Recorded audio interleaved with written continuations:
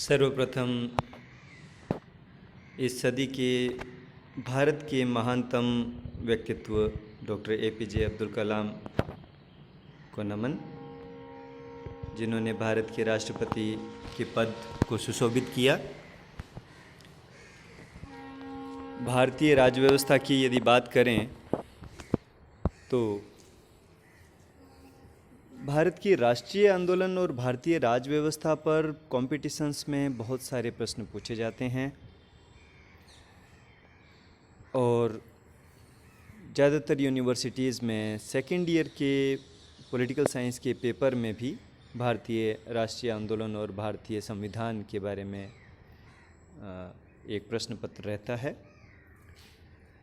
जो कि सामान्यतः सेकेंड पेपर है और जिसमें भारतीय संविधान के विकास, भारतीय राष्ट्रीय आंदोलन और भारत की राजव्यवस्था के महत्वपूर्ण स्तंभों और फिर जो चुनौतियां हैं उन पर बात की जाती है। ये भारत की संसद है और यहीं पे विधायन का कार्य होता है।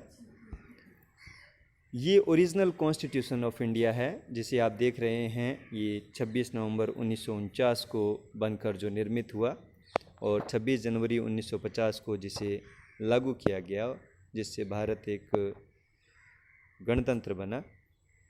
इसके ऊपर सर्वप्रथम जो स्टैंडर्ड वर्क है वो ग्रेनविल ऑस्टिन का है, जिनकी पुस्तक का नाम है the Indian constitution cornerstone of a nation. ये ऑक्सफोर्ड इंडिया से पब्लिश की गई है। 1966 में ये पब्लिश हुई और सबसे अच्छी बात ये है कि ये पुस्तक अब भारतीय संविधान राष्ट्र की आधारशिला के नाम से 2016 से ये मार्केट में अवेलेबल है। इसका हिंदी ट्रांसलेशन और ग्रेनविल ऑस्टिन का इंडियन कॉन्स्टिट्यूशन पे जो वर्क है उसमें बहुत मौलिक कार्य उन्होंने जो किया कि भारतीय लोगों ने संविधान बनाते समय कोई त्रुटि नहीं की। उन्होंने they did not make any fault with they tourist with destiny. नियति के साथ उन्होंने कोई गलती नहीं की। इसमें उन्होंने ये बताया है कि कैसे भारत के संविधान सभा में राजेंद्र प्रसाद, नेहरू, वल्लभ भाई पटेल, BR अम्बेडकर, इन चतुष्कोण ने उस पूरे संविधान सभा के सभी लोगों पर अपना प्रभाव डाला और कैसे मेजॉरिटी के होते हुए भी कांग्रेस ने अपनी मेजॉरिटी के बेस पे वोटिंग करके और किसी विधेयक को संविधान में नहीं रख दिया। संविधान के प्रत्येक अनुच्छेद पे पूर्ण बहस की गई और विसम्मति रखने वाले सदस्यों के भी मत को सुनने के पश्चात जो संशोधन किए गए, उस संशोधन के उपरांत ही सर्वसम्मति से प्रत्येक अनुच्छेद को पारित करने का संविधान सभा ने प्रयास किया। और यही कारण है कि भारतीय संविधान आज भी एशिया में एक बहुत बड़े लोकतंत्र के रूप में कुछ संशोधनों के बाद उसी ढांचे में कार्यरत है और भारत का लोकतंत्र के रूप में निरंतर बने रहना एक अद्भुत आश्चर्य का विषय बना वेस्ट के समीक्षकों के लिए। एक अच्छी बुक प्रताप भानु मेहता के नाम से आप सभी लोग परिचित होंगे, जो राजनीति विज्ञान से जुड़े हुए हैं।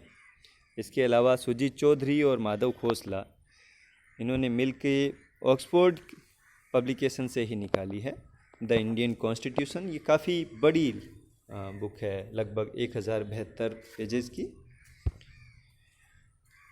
सिविल सर्विसेज, खासकर मेंस एग्जामिनेशन जो स्टेट सिविल सर्विसेज हैं या UPSC द्वारा आयोजित सिविल सर्विस एग्जामिनेशन है, उसके पॉइंट ऑफ व्यू से बेस्ट सेलर जो बुक है अभी, जो लगातार अपडेट होके आ रही है, वो है भारत की राज व्यवस्था, जो टाटा मैग्रा हिल से है, एम लक्ष्मीकांत द्वारा लिखित। और ये पुस्तक अब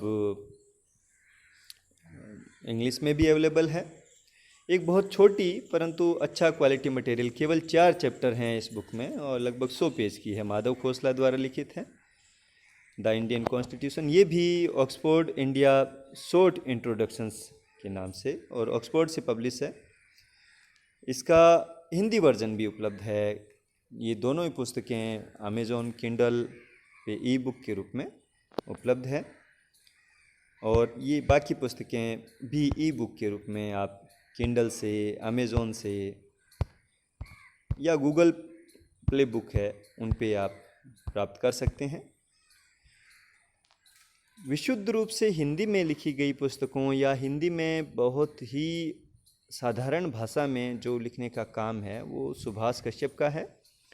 हमारा संविधान, भारत का संविधान और संवैधानिक विधि, सुभाष कश्यप की हमारी संसद, हमारी कार्यपालिका, इस नाम से और भी पुस्तकें आती रहती हैं और ये सारी पुस्तकें बहुत ही सरल भाषा में कैसे विधियां पारित की जाती हैं, बिल कैसे रखे जाते हैं, इन पे उनका एक अच्छी पुस्तक दुर्गादास बासु की है, डी बासु। वो इसका 13th एडिशन अभी आया है, भारत का संविधान एक परिचय, और ये ओरिजिनली इंग्लिश में लिखी गई है, ये ट्रांसलेटेड वर्जन है। और ये इस पुस्तक की बहुत अच्छी क्वालिटी मटेरियल है हिंदी के विद्यार्थियों के लिए। समस्या ये है कि इसमें आप थोड़े हिंदी के शब्दों में क्लिष्टता है। इसके अलावा ब्रजकिशोर शर्मा, जो नेशनल बुक ट्रस्ट के अध्यक्ष रहे हैं, उनकी भी भारत के संविधान पे पुस्तक है, वो भी एक अच्छा क्वालिटी मटेरियल है।